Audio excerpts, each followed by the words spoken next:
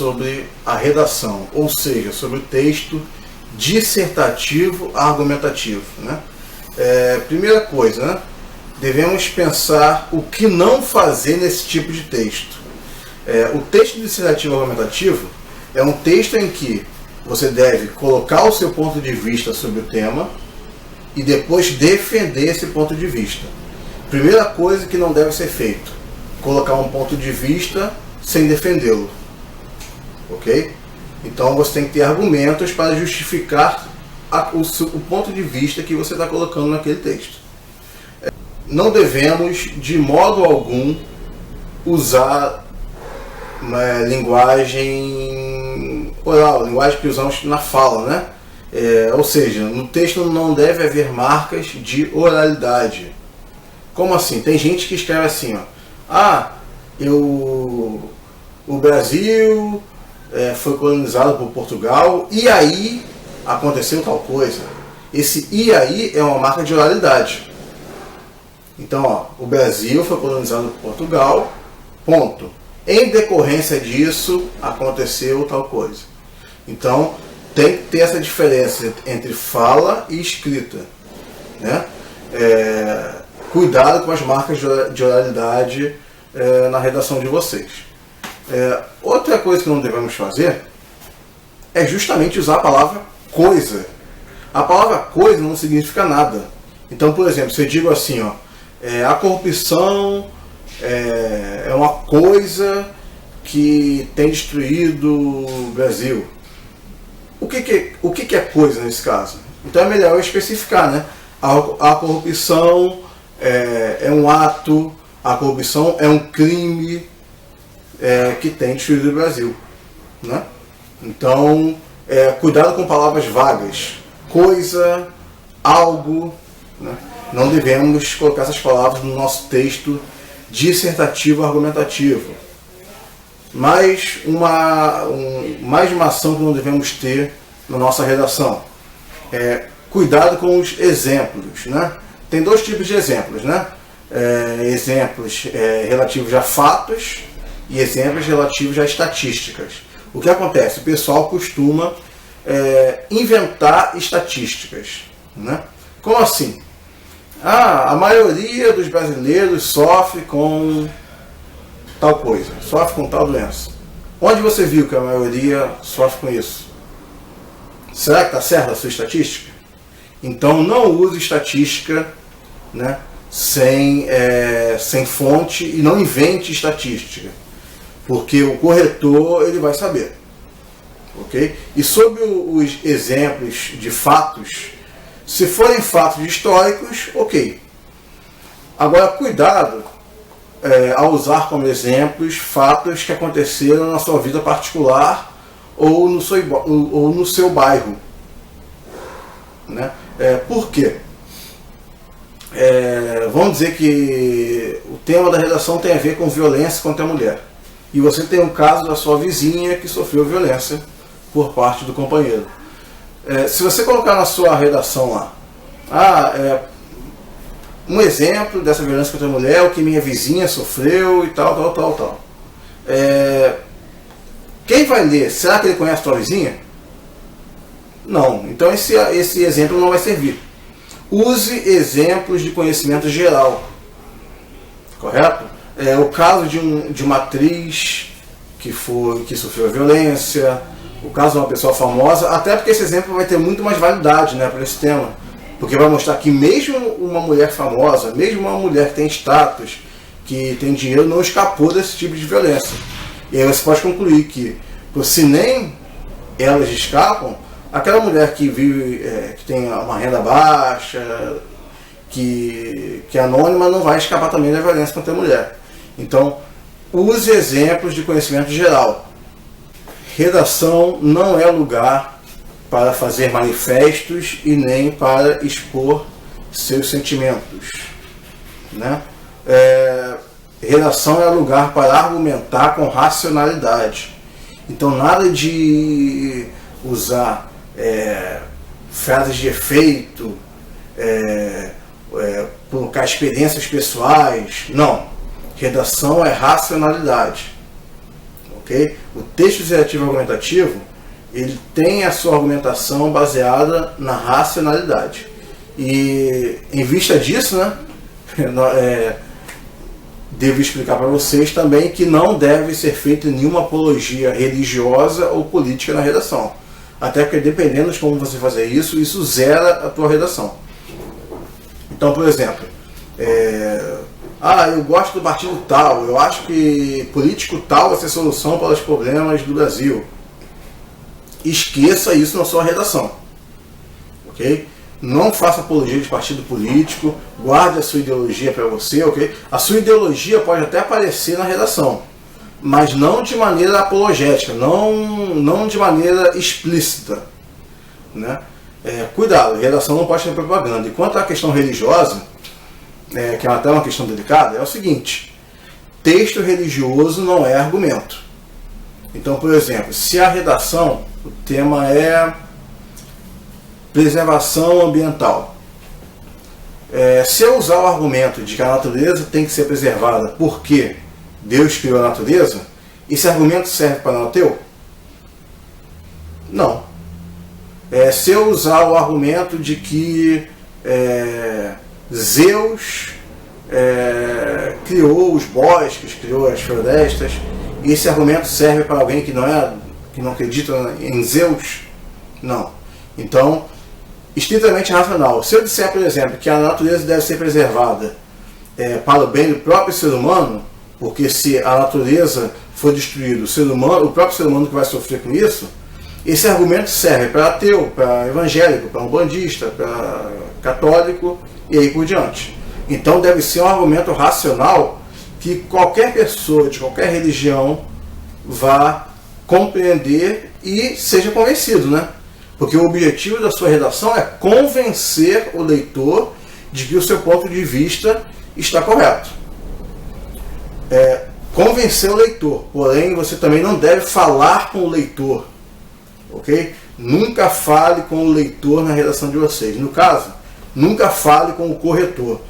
Você sabe que... Não. Na redação é o seguinte, nesse tipo de texto, você não existe e quem está lendo não existe. Como assim?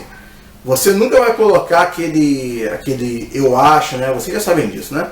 Colocar aquele eu acho, eu penso, isso de modo algum vai ter na redação de vocês. Ok? Então, em vez de dizer eu acho que a natureza deve ser preservada, você vai dizer a natureza deve ser preservada. Pronto. E nada de falar com o corretor. Vamos dizer que você erre na sua redação alguma coisa. Corretor, leve em consideração que o correto é este. Dependendo do concurso, isso zera a tua redação. Não fale com o corretor. Tá bom? Não fale com o leitor. Não use você, não use tu. E evite usar nós, tá bom? Até o nós implícito. Podemos preservar a natureza. Não. Pode-se preservar a natureza. Devemos preservar a natureza. Não. Deve-se preservar a natureza. Então, cuidado com essa intimidade com o leitor, né? Eu sei que às vezes isso parece ser criativo, né? Falar com o leitor. Nossa, o corretor vai achar muito legal eu falando com ele. Não, isso aí é péssimo para a sua redação. Sobre a questão da conclusão da redação. O que não deve acontecer nessa sua conclusão? Você não deve colocar argumentação nova na sua conclusão. Ok? A argumentação vai ficar lá no desenvolvimento. Relembrando, nós temos o primeiro parágrafo, que é o de introdução, o segundo e o terceiro, que são de desenvolvimento, e o último, que é de conclusão. Argumentação nova, exemplos novos, segundo e terceiro parágrafo. No último, você vai retomar o que você já disse antes e dar uma proposta de intervenção. Agora, cuidado com essa proposta de intervenção, porque antigamente o pessoal falava que a proposta era uma solução, né? Só que não é só uma solução. Nessa proposta de intervenção, você tem que dizer o que fazer, que já é o que todo mundo coloca, né? O que fazer. Você deve colocar também quem vai fazer e como vai fazer. Ok? Preste bem atenção nesses 3 itens que tem que estar na conclusão. Você, durante o seu texto, você apresentou um problema sobre o tema. Então, na hora da conclusão, você vai ter que dar uma proposta de como intervir quanto a esse problema que você colocou ali para quem está lendo a sua redação. Então, você vai ter que dizer o que fazer contra esse problema, quem vai fazer isso que você está dizendo e como ele vai fazer. Vou dar um exemplo para vocês. Então, se o problema é a falta de recursos da educação no Brasil, vamos dizer que o tema seja esse, a falta de recursos da educação no Brasil. Você vai discorrer sobre isso durante todo o texto, você vai me provar que realmente há essa falta de recursos, e na conclusão, quando chegar a hora de fazer a proposta de intervenção, você vai colocar algo como: quem vai fazer? O governo. Fazer o quê? Deve aumentar o investimento na educação. Como? De modo que as escolas tenham umas condições de fazer manutenção do espaço físico, de renovar o material didático, de dar melhor remuneração aos professores. Então, quem vai fazer, o que vai fazer e como vai fazer. Não precisa ser essa ordem, não. Você pode colocar na ordem que quiser, contanto que você responda no mínimo essas 3 perguntas. Ok? Outra situação que não deve acontecer na sua redação: não ultrapasse as linhas e também não deixe um espaço muito grande e vazio no final das linhas. Por que eu estou falando disso? Muita gente tem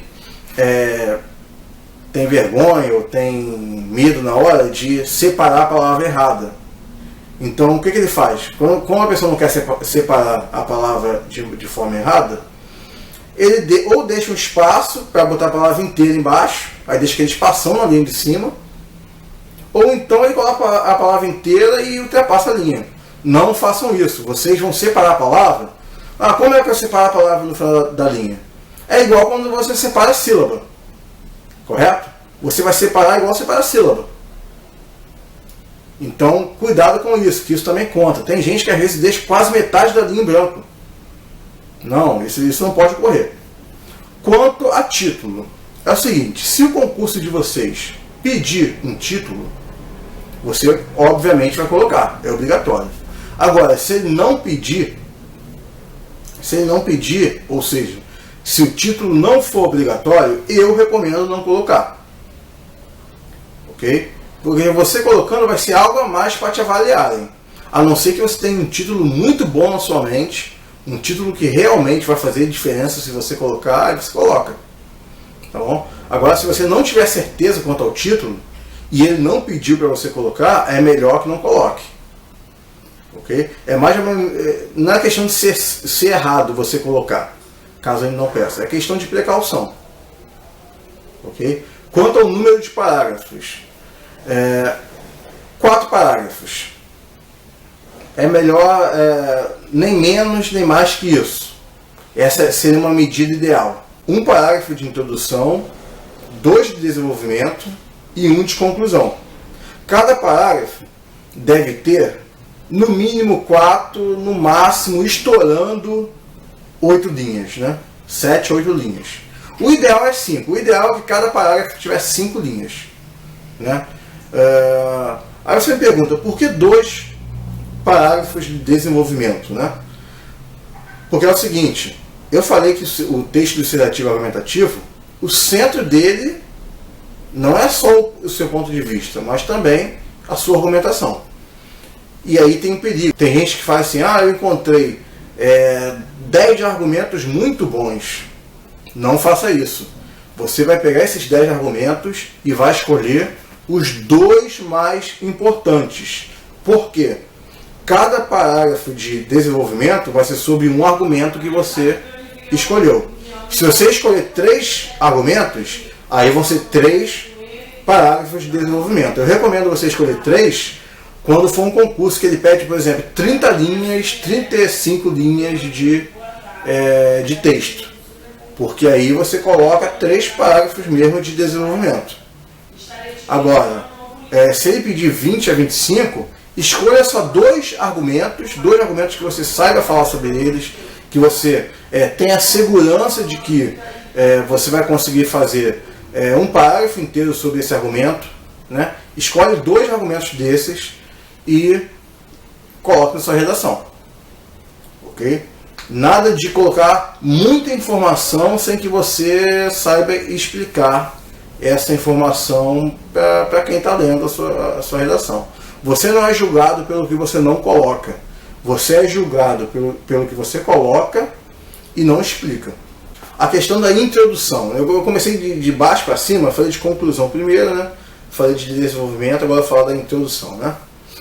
Quanto à introdução, não tem aquilo que os argumentos que você vai falar no desenvolvimento, você vai apresentar eles na introdução. Na introdução você já vai deixar claro qual é o seu ponto de vista, isso tem que estar bem claro na sua introdução, e você já vai apresentar esses argumentos na introdução. Isso é uma dica justamente para a sua redação não parecer que cada parágrafo é um texto diferente. Então, eu falei de baixo para cima, agora vamos organizar isso aí. Estrutura da redação. Introdução, você apresenta o seu ponto de vista sobre o tema, apresenta o tema e o seu ponto de vista, né? E já adianta um pouco os argumentos que você vai usar. Segundo parágrafo, desenvolvimento. Você vai falar sobre o primeiro argumento que você escolheu. Aí você pode dar exemplos, pode usar estatísticas contando que sejam corretas, né? E aí você desenvolve esse primeiro argumento nesse segundo parágrafo da redação, que é o primeiro parágrafo de desenvolvimento. Terceiro parágrafo de redação, que é o segundo desenvolvimento. Você vai ali desenvolver o segundo argumento que você escolheu. E aí você vai jogar lá a explicação, os exemplos que você escolheu, as estatísticas corretas que você tem, enfim. E por último parágrafo, a conclusão, onde você vai dar aquela proposta de intervenção para aquele problema que você citou no seu desenvolvimento, na sua introdução. Sobre a estrutura do parágrafo, né? Todo parágrafo tem que ter a seguinte estrutura: tópico frasal, que é uma frase inicial que tem que ter 1,5 linha, 2 linhas no máximo, ou seja, é uma afirmação curta e direta sobre o tema, ponto. 1,5 linha, 2 linhas e meia, 2 linhas. 1,5 linha, 2 linhas no máximo, né? Depois desse tópico frasal, ponto. Primeira informação, ponto. Segunda informação, ponto. Frase conclusiva do parágrafo. Então, após fazer o tópico frasal do parágrafo, você coloca a primeira informação, a segunda informação e a frase conclusiva. Por que eu recomendo você separar por pontos?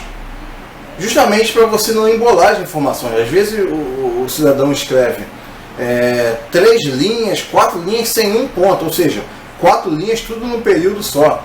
Na hora que você está escrevendo ali na emoção ali, parece algo normal, não parece que está nada embolado. Mas quando você vai reler, você percebe que o negócio não dá para entender nada, né?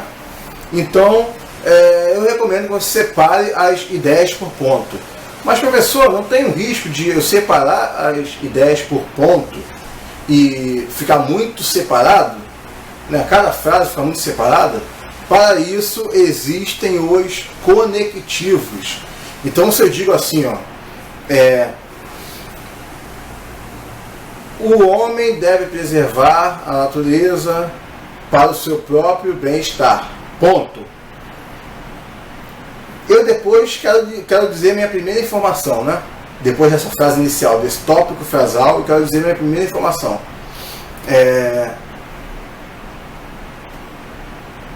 O ser humano depende do seu meio ambiente para sobreviver. Poxa, essas duas frases ficaram muito desconexas. Então eu posso fazer o seguinte: o homem deve preservar a natureza para o seu próprio bem-estar. Ponto. isso, vírgula, porque ele depende da natureza para sobreviver. Ou seja, eu usei o isso. Então tem vários conectivos que você pode usar. Isso, além disso, em vista disso,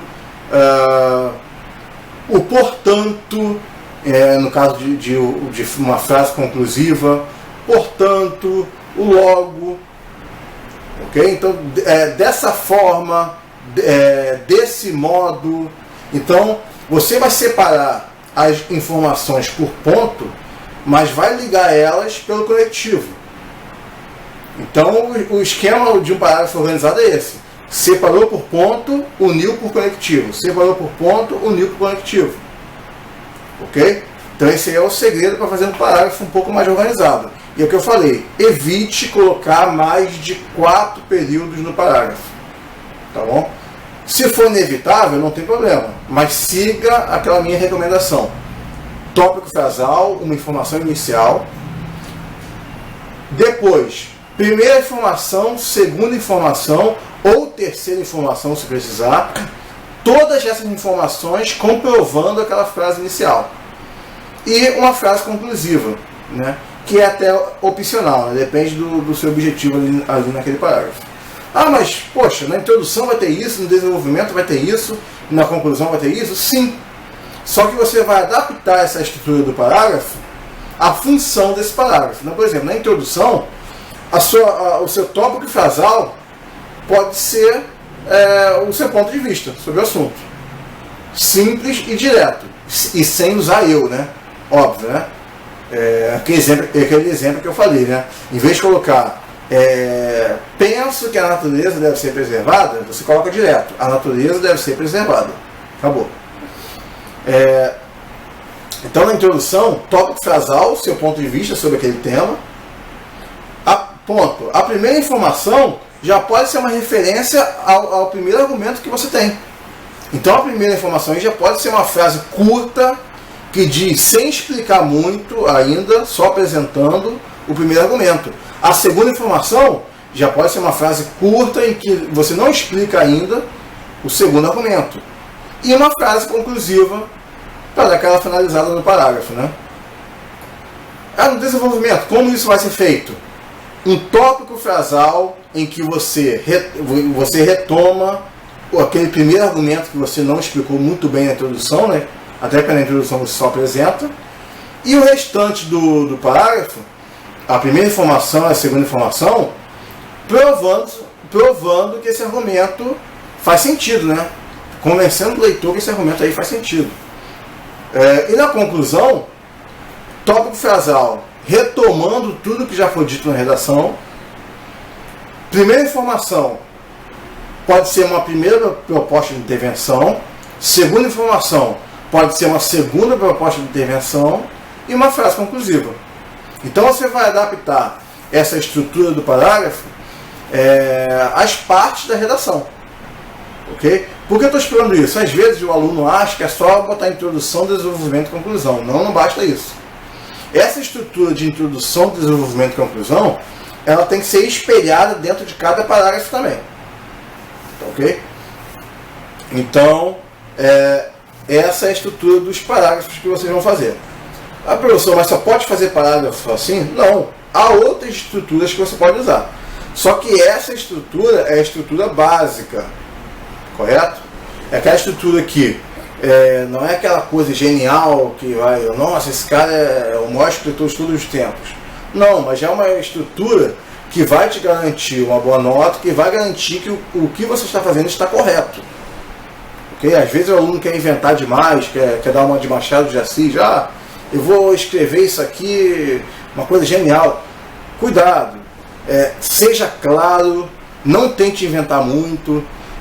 Na redação tem que predominar a linguagem denotativa, que é a linguagem com sentido comum, com sentido usual. Evite linguagem conotativa ou linguagem figurada na sua redação, tá bom?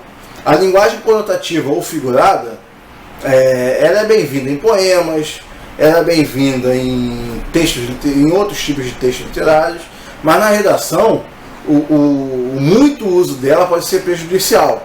Cuidado. Então, em vez de falar algo no sentido figurado na sua redação, escolha o sentido comum. Quanto mais clara e objetiva for a sua redação, melhor para você. Okay? Porque quando você fica enrolando muito, quem está lendo começa a desconfiar que você não tem assunto. Você não tem assunto, está enrolando ali para dar mais linha na sua redação. E pode crer, o corretor percebe que você está colocando informação inútil para dar mais linha. Tá bom? Concurso não é igual na escola que o professor olha o aluno fazendo isso e só chama a atenção e releva, né? Porque, coitado, adolescente, né? Concurso é diferente. Então, na sua redação não pode ter informações supérfluas.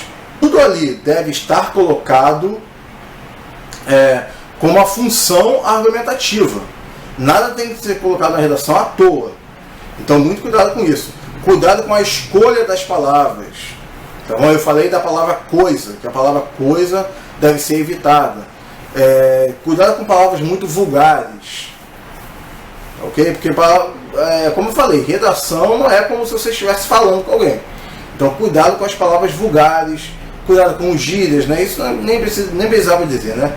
Cuidado com gírias, cuidado com termos muito informais, né? Por mais que não sejam errados, às vezes a informalidade pode dar um aspecto de banalidade à sua informação.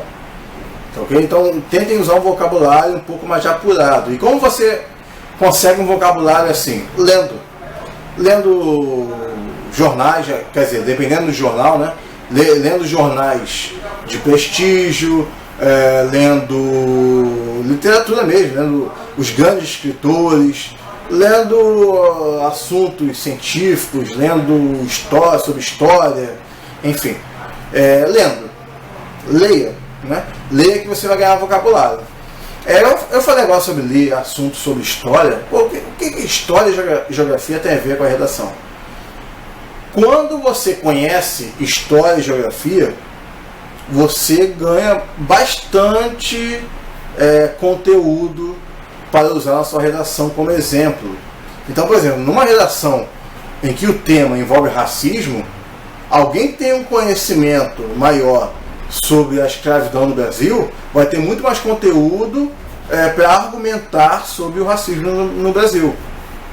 Ok? Então, para quem está buscando escrever bem, é bom você conhecer bastante, ler bastante sobre assuntos que envolvem história e geografia. Principalmente história do Brasil, que às vezes o cara acha chato, né? A história do Brasil eu acho chato. Poxa, é a história do lugar onde você vive. É a história que conta como vários problemas atuais da sociedade brasileira se formaram. Então, para discutir uma redação sobre esses problemas sociais da atualidade, você tem que conhecer como eles foram formados, você tem que ter um conhecimento histórico disso, né? Então leia bastante história e geografia, preste bem atenção nas aulas de história e geografia. Conhecimento literário, da história da literatura, dependendo do tema, a história da literatura pode te ajudar também. Você pode usar exemplos de escritores famosos que trataram daquele tema, de grandes escritores brasileiros que até sofreram com esse tema, né? Por exemplo, eu falei do racismo. Eu poderia citar o exemplo do Lima Barreto, que foi um escritor brasileiro pré-modernista que sofreu com o racismo, mesmo sendo um homem genial, né? Então, isso é algo que enriquece a tua argumentação. Correto? Então, a leitura é essencial para você ter assunto para a sua redação, né? Assista os jornais, óbvio também, né? Assiste, esteja atualizado sobre o que está acontecendo, mas não caia na ingenuidade de achar que vai cair um assunto que estava no jornal de ontem, né? Pode até ter a ver com alguma coisa que aconteceu ontem no jornal, mas geralmente cai sobre problemas sociais brasileiros, né? Essa é a tendência hoje, cair redações sobre problemas sociais brasileiros, né? Então, pessoal, essas foram algumas dicas sobre o que não fazer na redação, o que fazer na redação e como organizar a estrutura da redação. Ok? Espero que tenham gostado da aula e vamos estudar!